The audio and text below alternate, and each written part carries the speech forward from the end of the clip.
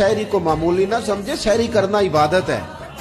हाँ, आप मत समझे कि मैं रोटी खा रहा हूँ, ये तो मेरे सामने दही रखा हुआ है, ये तो सालन रखा हुआ है, ये तो अचार रखा है, तो चपातियां रखी हैं। सहरी खाना इबादत है। आप सुबह उठे, आपकी तो रूटीन ही और थी, तो 7 बजे खाते थे, 9 बजे खाते थे। ये जो आप सुबह खा रहे हैं उठ के सहरी में, अपनी मर्जी से थोड़ी खा रहे हैं, ये तो किसी के कहने से खा रहे हैं, ये तो किसी के बिठाए बैठे हैं। जो सहरी का लंगर है, ये रब रसूल की रहमत के साथ अता होता है, ये करम है, ये अल्लाह रसूल के बिठाए बैठे।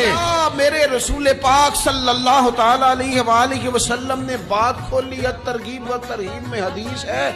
अल्लाह करे ये कभी चस्का लग जाए, ये वाला मजा आ जाए, तो फिर तो घर में दस्तरखान नहीं बिछा हुआ होगा, फिर तो रंग ही कोई और होगा। हुजूर फरमाते अल्लाह ताला और उसके फरिश्ते सहरी खाने वालों पर रहमत